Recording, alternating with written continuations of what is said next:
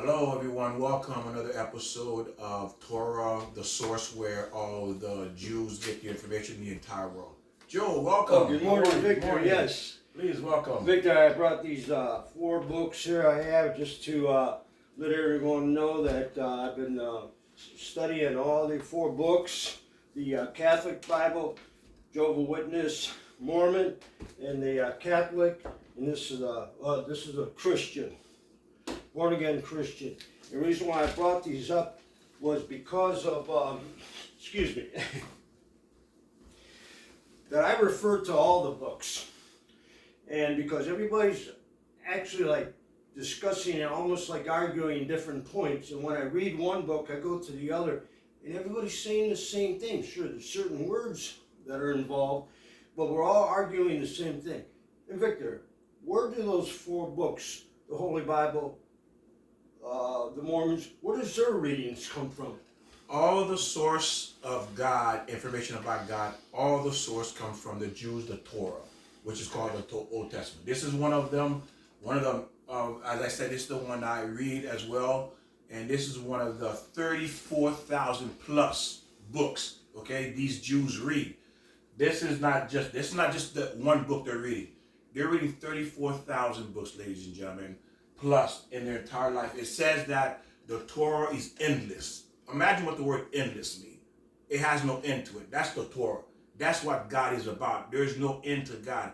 And these people spend their entire life learning and studying, sleeping 2 hours a day to learn this information. Right. Now, when we talk about the Torah, basically, what, like who wrote the Torah, or where did that information come from? We mentioned prophets, and then maybe Moses was the first one that came down with the 10 Commandments, and that was Moses also. I'm getting ahead of myself. Yeah, Moses was also a prophet. Yeah, that's correct. So it's actually started with Noah, the Noahide, which is the 7th law God gave. But it started everything began with Abraham. Abraham was first, and then Noah became second, and then Moses became third. When the God was channeling down, passing down the Torah piece by piece. And then we ended up with the Gentile, we end up with the 10 Commandments. 5 of them is men, relate to men and God. The first 5 is men and God. The second 5, the 10 Commandment, is man to man. So you're saying also most of those writings that came from the Torah or during that time was before Christ. Oh, absolutely. Everything came before Christ, before came any other religion. So all the books that I just showed you were books like after Christ. Correct. Correct. So after the Torah, after God says, that's it, Moses wrote it, and then that was it. They didn't add or change anything else. So you're saying when I'm reading in the books that I just showed you, when they say 10 Commandments, that was actually coming from, because I'll say the readings at that time they got information, again, from the Torah, which Moses came down and spread that. Correct. That is correct. All that information that Joe is showing you, the books he showed you, all that information is based on Torah. It's based on Jewish ideology, on who God is. So why do we always argue about, no, that's wrong, you got to even those 4 books, everybody in the Christian, the Holy Bible, the Catholic Bible, the Jehovah's Witness, and the Mormon, we're all saying the same thing, but you're saying in the Torah, and I understand about the division where Christ came. Okay, that's a division. We talked about that before, and we'll talk about that again. But that's the problem, ladies and gentlemen. You got to remember, this is what you argue. You are arguing one book, okay? Just one book you study for 10, 20, 30 years of your life. Your pastors, your ministers, your priests, whoever they are, they're reading this one book. Where the Jewish nation is reading 34,000 plus books, okay? This is why these people don't really have a life. They sleep 2 hours a day studying because there's so much. And we're not mentioning that these Bibles are wrong. There are truths in this Bible all the way through. We're not saying that one is contradicting the other. This is the truth. But where did the truth come from? What they're saying is this. What has happened, where the contradiction come from is, yes, this has half truth and half also not truth because it was added. That's why they added the Old Testament to it, because what they add cannot stand without the Old Testament. And everybody will back where even Christian and Catholic, you don't add. You don't add anything. You don't add because it says in the Old Testament, do not add or take away. and everything they have, they added on because the Old Testament already said not to do it. You see? So this is where the fight coming in from all these different religions, because they added, so they create a new religion. So now these new religion, because that was added, are now fighting one another, saying, I'm right, you wrong, I'm right. And what's happening even now, like there's a lot of cults are trying to change things. Many cults, right? And probably everything is a cult. I mean, what does a cult mean? Isn't it people together and they decide whatever? Isn't it? I mean, well, I don't want to say the Torah or the Holy Bible is a cult, but what is a cult? Isn't it people getting together, expressing their, maybe it's more than that. Yeah. It's coming to a group of people to a certain agreement. They agree on certain things they're gonna practice. You see, so as we're talking about here again is to give you a little bit of introduction to what we've been speaking about previous lectures, so you have an idea why these are here. Is because these are additional that's been added to the old, which is you call Old Testament. Another religion give them another name, but it's actually the Torah that's been altered and they added, and it says not to add or take away. And the information that we're coming from, because we are, what do these represent? Crackers. And what are crackers? From the parrot. We are parrots, in other words. We are repeating. And which is good. I'm not saying it's bad, but everything I know, it's not coming from my head, it is coming from information. And you saw the 4 Bibles that I showed you, it's coming from everywhere. And we'll get into some of the Bibles where people say, oh, we're talking different. Sure, one religion might say 144 go here. Some people talk about purgatory. Oh, no, there's not some. You know if there's a purgatory? Purgatory or not, I'm sorry. No, you're fine. Go ahead. Yeah, I'm not saying there isn't, but why are you arguing? It's about going to God, reaching God, loving yourself. Exactly, because that is, no, you're fine. That's part of that's part of the Torah. This information, again, you've been, when you were designed, God created you, He put that in you to begin with, okay? It's already in you. So if you are listening to this and you listen to what we're going to be talking about today as well, it's going to make sense to you because why? You heard it before. What did you hear before? In your mother's womb, because we're there. I like that, yeah. An angel, before you're born, an angel was teaching you the Torah before you come out. But the reason you don't remember, that's why you have this indentation. He says for you to forget, shh, be quiet, forget. Now you have to relearn it again because you have to earn it. But He put it in you, that way you can feel when you're reading, this sounds true, I've been here before. Like we heard of deja vu. Right. You know, deja vu have a sense that, hey, I've been here before, you know. So that's what you're kind of feeling, that kind of deja vu. So as we're going to move forward, we're going to have a wonderful topic today is marriage, how to create one, how to keep, or how to be successful in that process. You know, Joy and I both have been married and we've been through it, and all of you is watching, and I'm sure whether it failed or not, or you're struggling at this point in marriage is not easy. No. What do you think, Joe? That's difficult, Victor. I don't know about that, what we're going to come up with. But you know what, bottom line, well, I mean, there's many. I was just going to say respect and trust. You have to have that in a marriage, but naturally there's much more. But lead off, Victor, and see what. Absolutely. So marriage, one of the number one requirement, actually, to be honest with you, that before you marry someone, the Torah says. The Torah said first, you have to find a person somewhat attractive. They have to be some attraction. Well, absolutely. Because you're going to spend the rest of your life with this person. There have to be some attraction. Okay, not glamorous attraction, but enough to say that I'm attracted enough to be intimate and spend the rest of my life with. I call that chemistry in a way. I think when I see somebody, I feel that chemistry. It probably naturally is coming from God, maybe saying, hey, this is your soulmate. But if I don't feel a vibe, maybe you can use that word, or chemistry, but when I feel that I know that I am attracted to this person. Yes, absolutely. So there has to be some attraction because, again, you're going to be spending 40, 60, 80 years probably with this person. So this person has to remain attracted in your eyes for that duration of time. Now, prior to that is your soulmate, okay? You have to find your soulmate, okay? Right. Your soulmate is actually part of your soul, okay? Meaning that when you were in heaven, you were one being like God did Adam and split Adam in two. So half of his soul remained with Adam and the other half went to Eve. That's very interesting because I've never read that in any of my bringing up of Catholic. Now, you said you were Catholic. Did they mention soulmate? No. That was in heaven? Yeah. Nothing like that. That's one of the reasons I left Catholic, because I had a lot of questions. I could not find those answers. Okay? Think about it, ladies and gentlemen. When you have a question or a question to a problem and you can't find the answer, you have no peace. No, we have to ask this. I have to ask you, like, that information, I love that information, but where did that information come from you? How did you find that information? We'll have to dig that. I mean, I don't know if that's in the Torah. Yeah, those are Torah. Everything I'm saying is Torah, biblical based. Like it's Torah. There's nothing that's out of my, again, I'm not repeating something I'm making up, because you can check into it. All this is Torah. If you have rabbis, you have people who are Jews, and they have some study, they will tell you what I'm saying is true. Okay, now again, so now these souls split, and it's your job to come back, go back over it again to meet each other here again. So the first requirement is your soulmate. Okay. Second one, you have to marry someone you're attracted to, right? So you have to be attracted. So how important do you think that is, Joe, to be attracted to someone?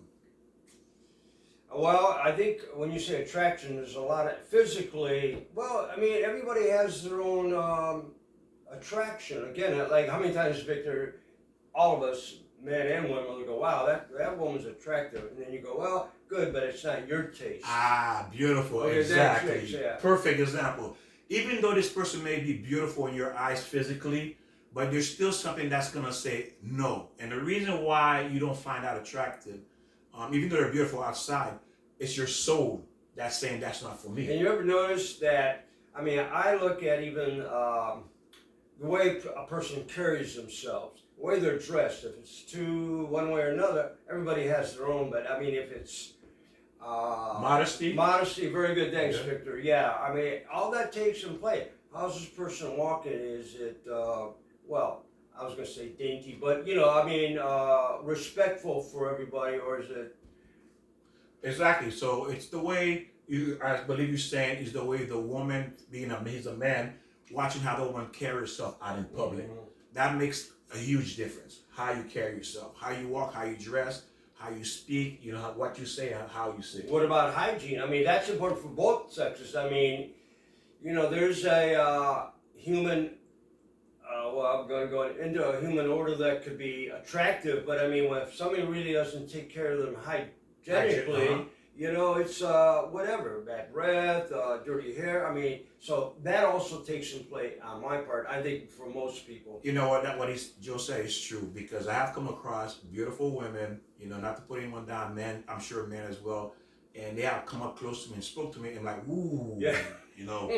We all been there. We all, okay, so it's not to say anything, negative. Also men as well. So it is important because it's part of the attraction. Well, I'm Italian, eat a lot of garlic, and I'm sure I offended a lot of people. So, I mean, it goes around, Yeah, but it's part of the attraction, as we're talking about. There has to be that. Now, what really is, I guess I would say, also a very important number 3 would be marry a giver. That's the really key here to us, giver. What is a giver? If you want to know what a giver is, think about your mother and your father. They spent 18 years working, laboring, giving you. Going to work to give you the car, the house, the food, the clothing, the upbringing, the manners, the toys that you ask for every Christmas, being in the hospital up at night with you when you're sick, they're losing sleep, but they still got to work. What do they do? How much did your parents give you, Joe? Good question. Yeah, well, I got a lot of love. That's definitely was there. My parents showed me the how to, respect for aunts, uncles, seniors, adults. I mean, naturally, never went to bed hungry.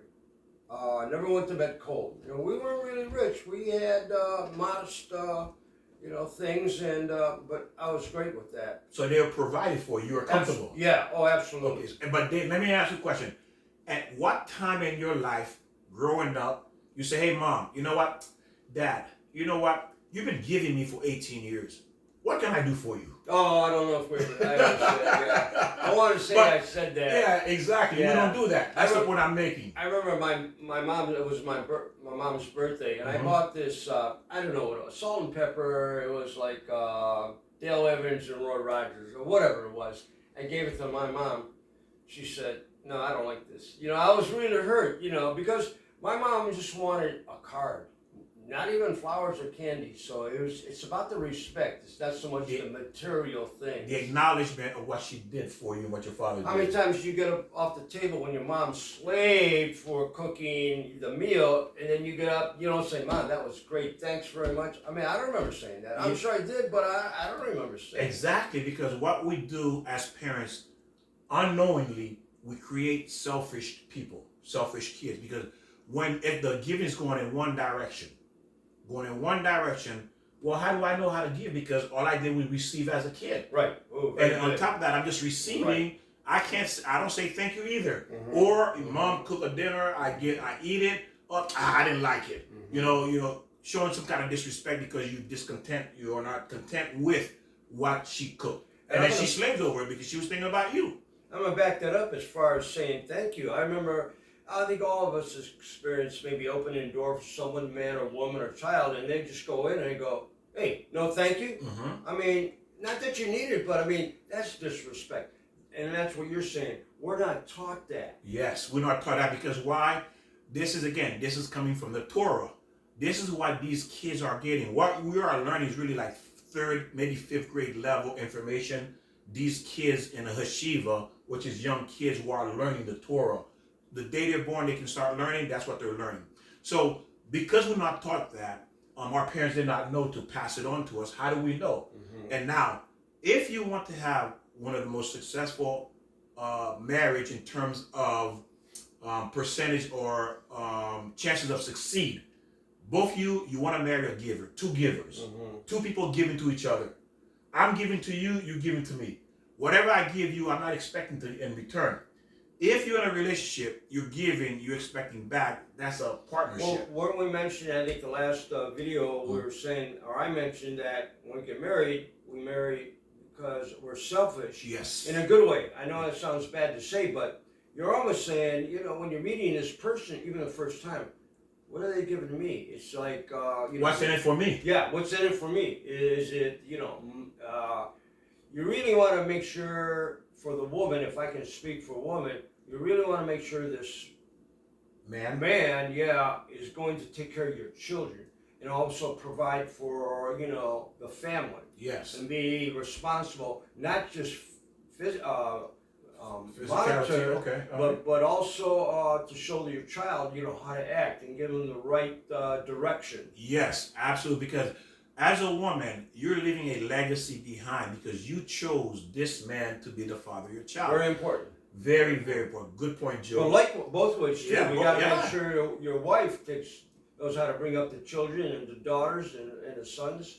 And you want your son or daughter to say, "I'm proud of my dad, I'm proud of my mother." Absolutely. You see, yes. If they cannot say that, you made a mistake. Mm-hmm. If they can't say, "I'm proud of dad, I'm proud of mom." And the question you have to ask yourself, the person you're selecting to be the father or mother of your child, would you want them to be your father or your mother? If you say no to that answer, then why would you pick them to be the father of your child or the mother of your child? You see? Mm-hmm. So if you can't see it from that perspective, put your place in that shoes. Would I be happy if this man was my father or this woman was my mother? Would I want that for myself?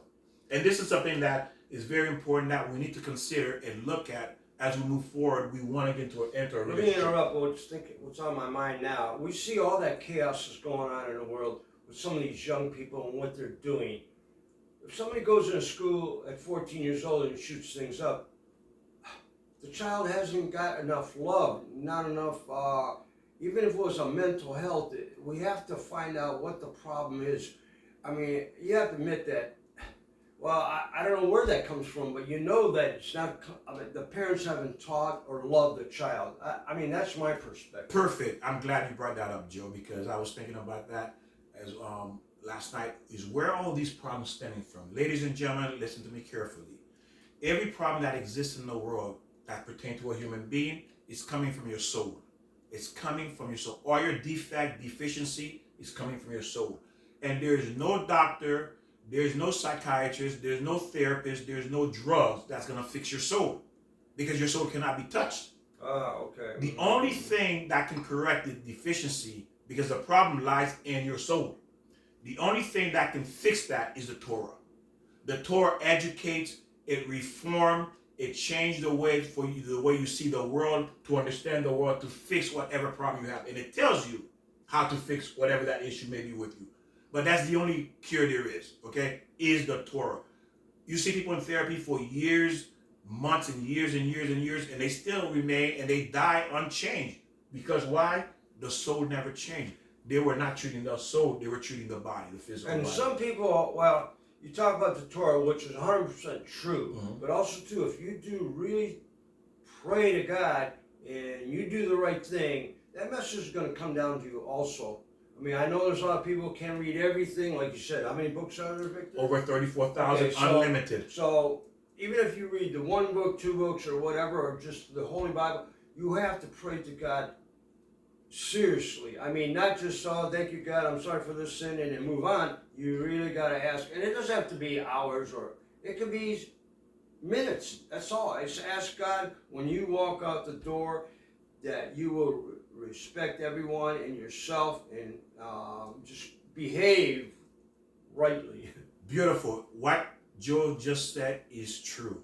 Even if you don't have any information to Torah, you're ignorant to it, you don't know, which is not a bad word, but just simply mean you aren't taught, is that if you don't know, pray to God sincerely, and then He will guide you. But you have to be sincere. Okay, it can't be like you throw the rock and hide your hands. It can't be that kind of prayer. You see, meaning you go out and insult people, mistreat people, but you want to pray to God.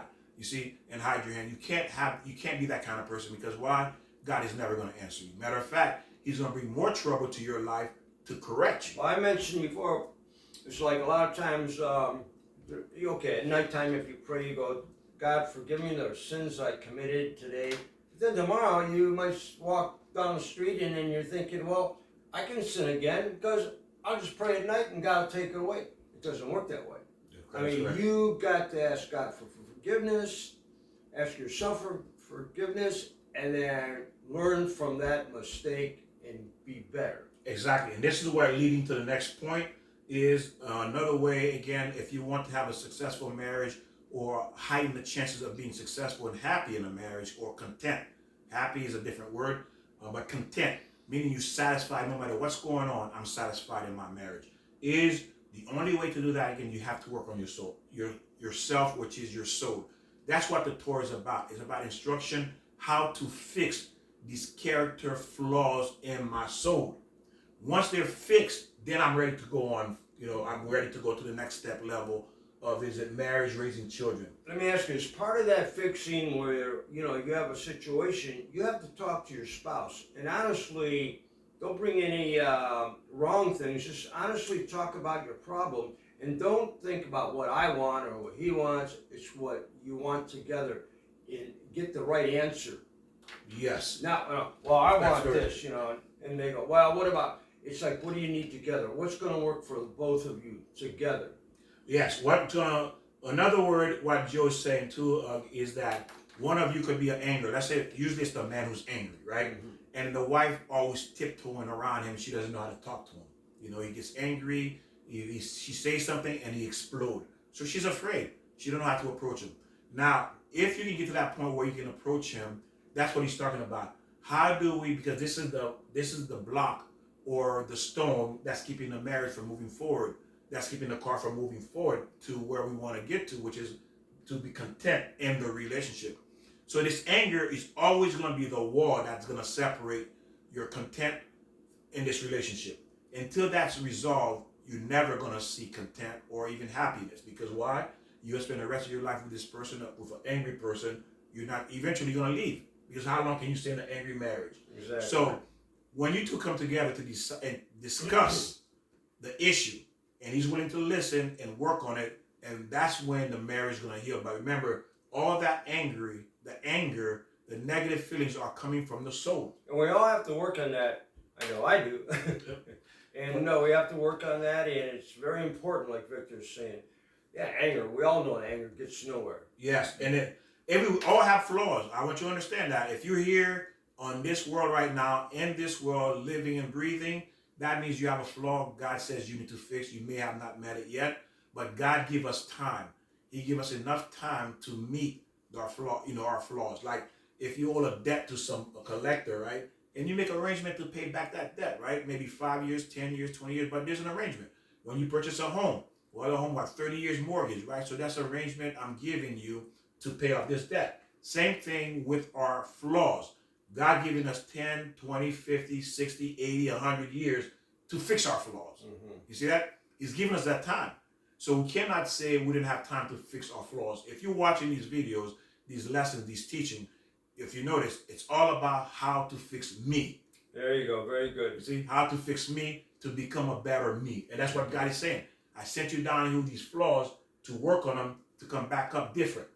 And we can teach other people by being an example. Yes. So, if you're the example, people go, wow, look at that person. How come I can't act like that? Whatever it is. That is correct. Because we do admire people who behave well in public and a stressful situation, mm-hmm. in threatened situation, they can hold themselves really nicely.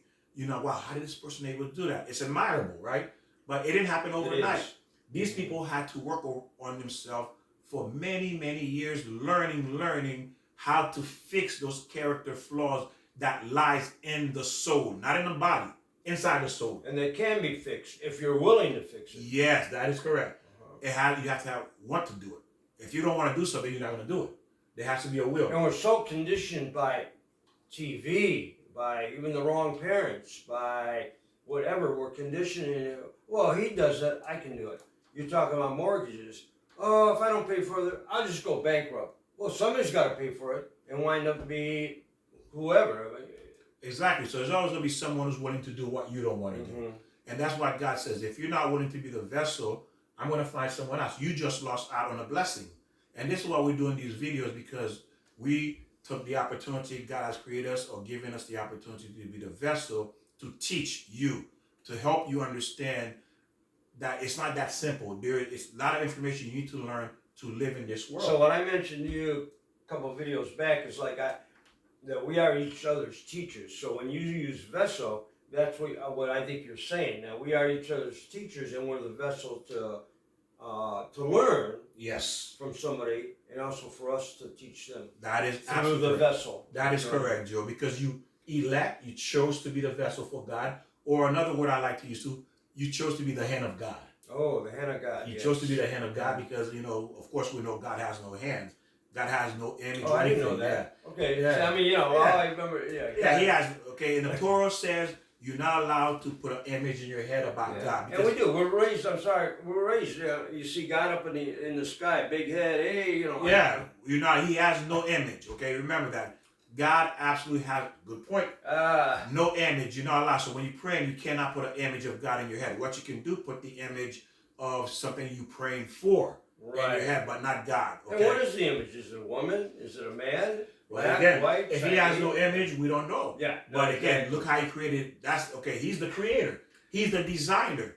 Okay. He's the creator, designer. You're not gonna change anything he created or designed. Okay? That's part of my fever is about we learn these things. We don't really learn the right things. We learn the wrong. And I'm not saying that they're bad. They're probably trying to teach us how we can understand, because we're all pretty much, I mean, what do we use? 7% of our brain? Yeah. Yeah, I probably use only 3, but. Well, and you're right. You're right about what you said. We're not taught the right and enough information to live our lives. We're not. It's like, I feed you, sit you in front of the television, you 18 now, go. Yeah. Go. What? Go? I mean, I don't know anything about the world. What was your number one thing when you were 3, 4, 5, 6 years old? Cartoons. Exactly, cartoon. You see, but in the Jewish life, there is no such thing. It does not exist. The life, if you're not Jew, the life of a Jew is day and night compared to your life. The moment a child is old enough to learn, you start learning at home, the Torah with the parents, with the father. Then right after that, he can read and learn straight to school for many, many hours a day. He goes to school learning every day. Okay, so there is no such thing, and that's why because these people think of this way, the world is like a 1,000-piece puzzle. Your job is to put that puzzle together. But guess what? God did not give you the box. But he did give you the box. What is the box? Which is show the picture of the puzzle. The box is the Torah. The Torah will paint the picture for you as you learn. Brilliant. I like that. Yeah. I never thought about it. That's what it is. if you learn enough, but it's a lot of information. That's why these Jews studied their entire life, because they're putting that puzzle together to paint the picture what this world is about, because it says this world is a shattered world. So now you have to take it, like if you drop a vase, you know, and you didn't know what it was, and you decide to glue it back together, it has its form back, even though you can see the crack, but you see it's a vase. Well, is that when you mentioned to me about the broken mirror? Is that kind of like the same analysis? Okay, with all these different pieces. Exactly, all these different pieces. Your job in the world is to reconstruct, put those pieces back together. So you say, oh, this is a vase. So our job is to learn the Torah and put it together. Oh, that's what life is. That's what we're supposed to be doing here. In a puzzle, should you try to force those pieces? Oh, it doesn't work. Doesn't work? No, it doesn't. Hey, that force, beautiful. You know what that force is? When you marry the wrong person. Ah, there you go. Yeah. That's that force. You marry the wrong person, you're forcing it to work. Does it work? No. So when we marry the wrong person, I mean, why do we choose that? Is it because we're looking for maybe money, the wrong things, right? Exactly, the wrong thing. Also, by choosing the wrong person too, it's your soul that's selecting that person. Now, you may say, "Oh, I'm a good woman. I'm a good man." You say, you put yourself in a certain status of being good. But the question, why did you choose this guy that's no good, or this man or this woman that's not good? Because there is a part of that soul. Remember, I said the soul has a flaw, deficiency, a part that's negative, that's tinted, that's attracted to the same thing. Well, how can we, when we get married at 18, 19, how do we even know? We don't know that. And that's our flaws, our parents' flaws. Exactly. It has nothing to do with the children. Because why? God said, and that's a good point, raise him. When you give birth to a child, God says, raise him in my way. Remember we talked about that? Raise him in my way. Meaning that, raise him with my Torah. He knows my Torah, so he knows what to do. If you raise this child, which is mine, the body is yours, but the soul belongs to God. And God says, teach that soul, which is this child, that's why he doesn't say it's yours, teach him my way. My way means the Torah. So when he becomes adult, he knows how to govern himself in the world. And what do we know? Wait, what do we learn everything prior to 20 years old? TV. Television. How do you do it? Yeah. Mickey Mouse. There you go. Mickey Mouse. Cartoons. Now, that's a beautiful Cowboys point. and Indians. Keep Shoot going, that keep bad going, guy. keep going. Beat him up. There you go. Now, with that education, Joe, let me ask you a question. With that education, do you think you have knowledge to be a husband? Oh, absolutely not. I don't think people should get married to you're at least 30. Maybe that's even if you're 30. No, even if you're 30, if this is what you were brought up on, can you have a successful marriage? Impossible. Very few people do. There maybe they got the gift, but Exception. very few people. Exception. Yeah, there are exceptions to the rules. Very few people, but these rules apply to the majority of society. Okay, so very few people that outside the majority of society that can do it, but they're very, very few. When I got married in the 70s, it was pretty much chaos about like free love coming from the hippie state. Everybody, I mean, cheating, men were cheating 70%. And when I got married, I made sure I tried to say, don't get into that same, pattern. Cheating. I definitely thought when I got married, it was going to last forever. But, things happen for whatever reason.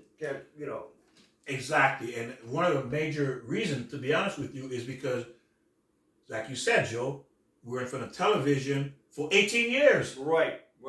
Let me bring up one point about TV. Yeah, go ahead, please. Like men, when they see Paul Newman on the bar, pick up a cigarette.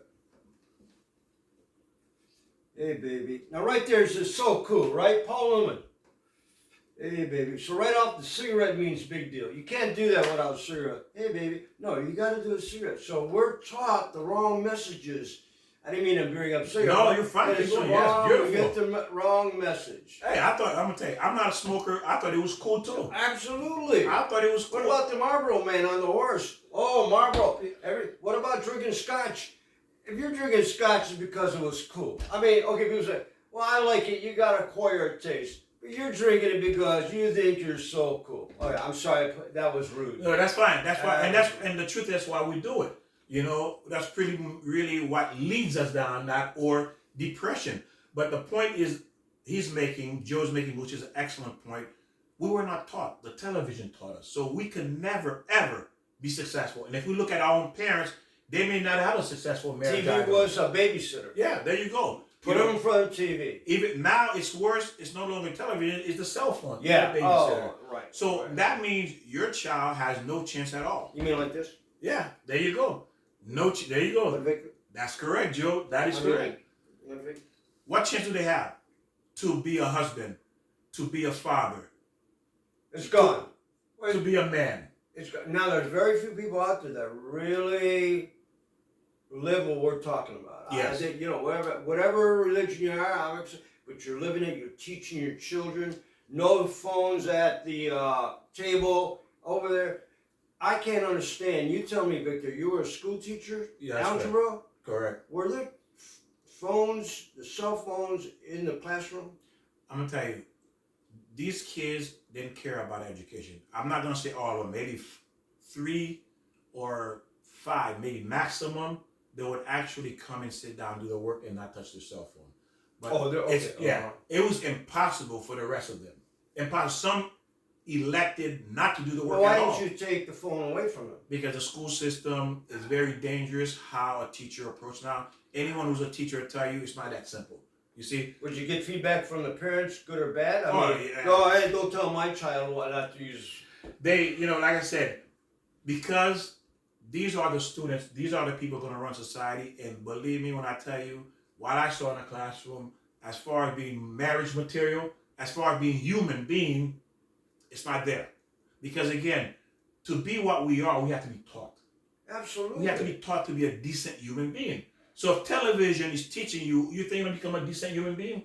You can't. There's no possible way. What about even some of the music that's out there? It's just horrible and terrible. Right. So now let's move on to, this is one of the most important things that apply to Western society, I guess civilization, is rights and obligation.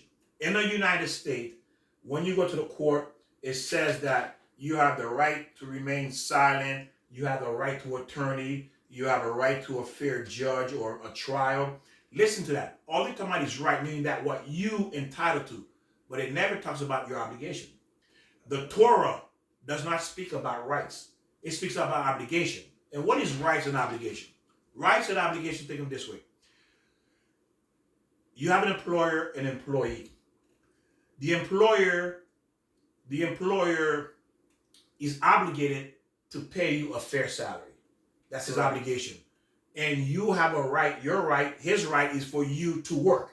Correct. You see that? So the employer right is for you to give me what I'm asking for, and the employer obligation is to pay you a fair salary. Does everybody see that? So rights and obligation. So the Torah doesn't talk about, I have a right for this. Like people like to say, it's my right to do what I want to do. Now, for example, we talk about this. Let's look at this, another example. You have a neighbor that has a dog, okay? He has a right to have a dog. Absolutely. Right? But he also has an obligation to take care of that dog. Meaning that if that dog is sick, he has to take him to the vet. But also, he also has an obligation not to let the dog disturb his neighbors. That's happened to me, and it's very frustrating, and it's hard to deal with. Exactly. So, meaning that this person is a raw individual. He was not taught, could possibly be wicked, nasty. I mean, I don't know. I'm just saying. Because why? He's only looking at his right. I have a right to have a dog and do whatever I want to do. So, okay, I don't have a dog, so should I turn up my volume on my music? There you go. So just because I don't have a dog, or I can turn the volume full blast, the volume on my music outside, disturbing my neighbor, I don't have a right to do that. No, you don't. But I have the right to listen to music, but only I can hear it. Right. So my obligation is not to disturb my neighbors. I can play my music, but I have an obligation to my neighbors not to disturb them. You see? So if you're a kosher person, a good person, and you're going to have a party, you're going to go to your neighbor and say, hey, listen, friend, I'm going to have a party. It's going to last until 5 o'clock or whatever, and it's going to be a little bit noisy. I just want to let you know if that's okay with you. You see? Absolutely. Because why? I don't have the right to disturb them. Right? They pay the mortgage just like you pay our mortgage, right?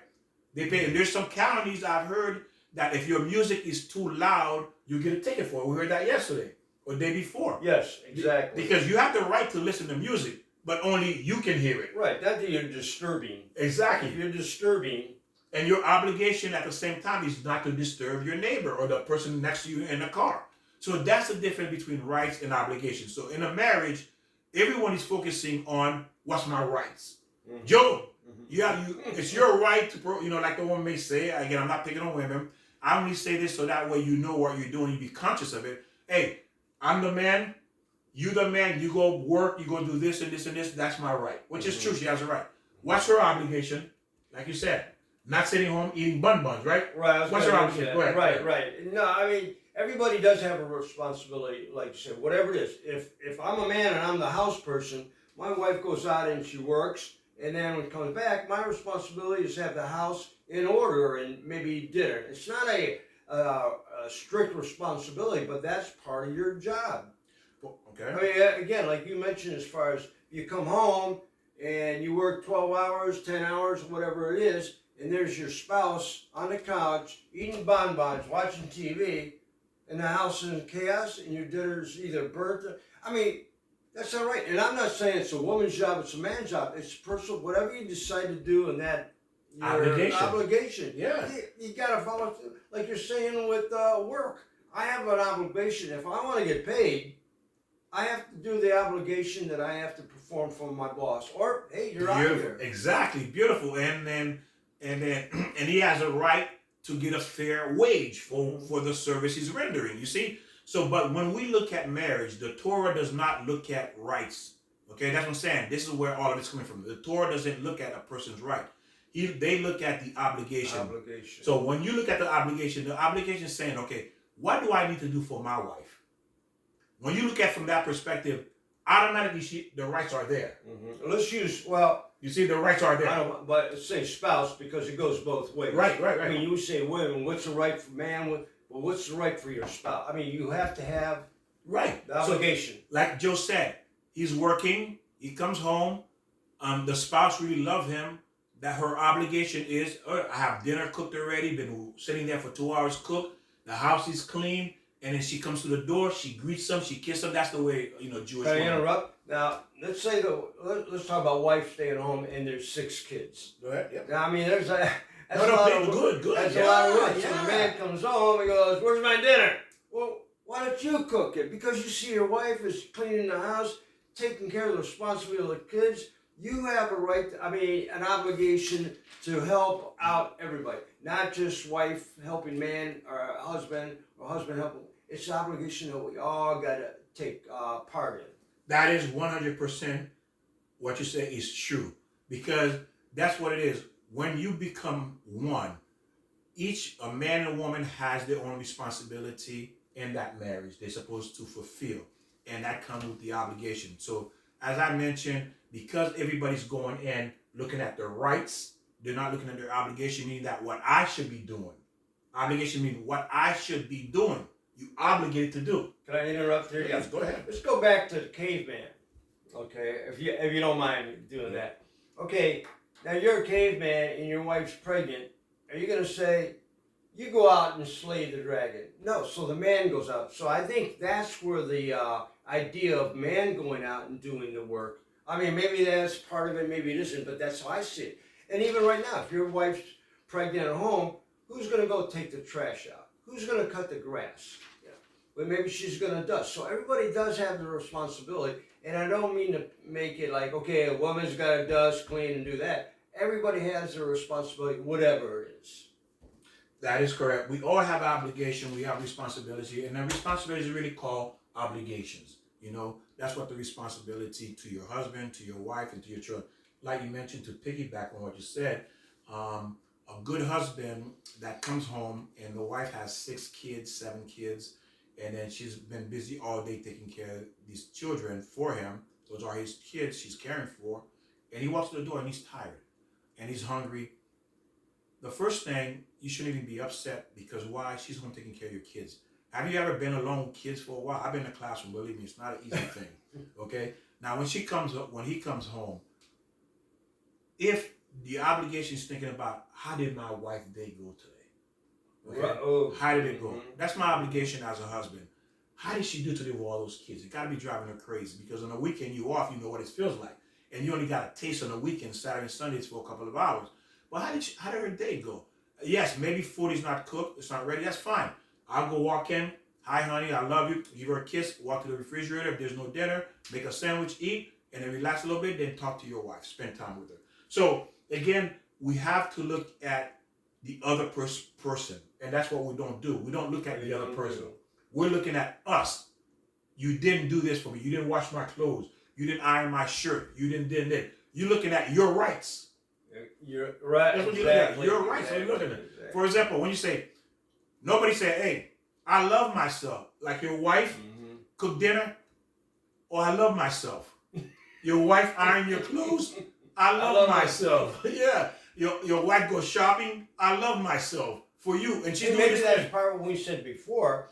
As kids, we don't say thank you, mom. So now we go get married. Why should we thank our wives if we're not thanking our mom? Which we should. Perfect example, because we didn't learn it. So we're really saying I love. When your wife does something for you, you actually saying I love myself.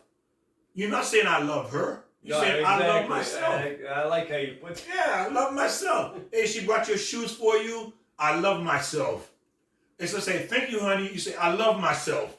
So you see how ridiculous it is. So that's why it's important you understand from the Torah perspective before you enter marriage what you're getting into, what to look for, and to understand how it works. Now we're gonna go to another one. We're gonna shift a little bit. Now again, say all is done. Now again, the husband. The problem in a relationship is the man. If the men usually it's difficult for men to admit they're wrong, you know, or it was my fault. A man doesn't like to give in, right? Men don't like to give in a relationship. They want to pretend I'm the muncho or whatever it is, get ego, or you simply married the wrong man. You simply did not marry a man. You married someone who's just no good, evil, okay? Now you have to live with that because that's what you married. So he's not going to say. Now, in a normal person who may not know or been taught. Because they married the bad boys. They married the bad boy. What they wanted something, whatever, was wrong. That is correct. Okay. No, you're right. Most women, I'm not saying all, they like the bad boys. For, you know, there's reasons why they do. They find it attractive. But again, the reason you find a bad boy is attractive because there's a part of you in you that's bad too. Well, there's always, they talk about the bad boy.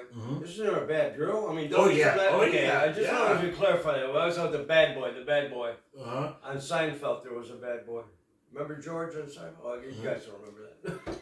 I'm sorry. No, you follow. So you married. Now, again, the man is much more difficult to admit if they're wrong, you know, to say, I'm sorry, I was wrong. So it's usually the woman who's mature enough to give in to an argument, to cool things down, to stop the war. And again, that's probably learned from our fathers. You know, it goes on. My father, hey, look how strong my dad is. Hey, I'm the boss in this family. And you go out, now you're the boss, and you don't want to see your... Man can't learn not to cry. You can't cry when you're a man. Well, that's what we're taught. A lot of us are taught. And a couple of mistakes women make is you don't marry because you want to have children. You don't marry because you want to feel good. Do not do that. Don't go get married so you can bring children into the world, because why? You already destroyed that child by giving the wrong father to begin with. So you made a mistake, and now you cannot ever blame the man that he's a bad father because you chose him. You know he was bad.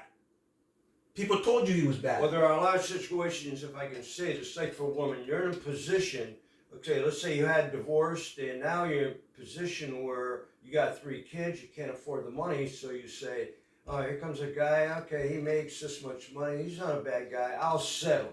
So you wind up marrying the wrong guy, and then I think that's kind of like what Victor is saying. Yes. When a woman has married the wrong person and they're divorced, it's hard for them to get back into another relationship because they're thinking it's the same thing, going to be the same thing again. Most likely it will be the same thing again. Why? Just because you left a marriage and you want to remarry doesn't mean you fix yourself. Remember, I told you the problem is in you. It's in your soul.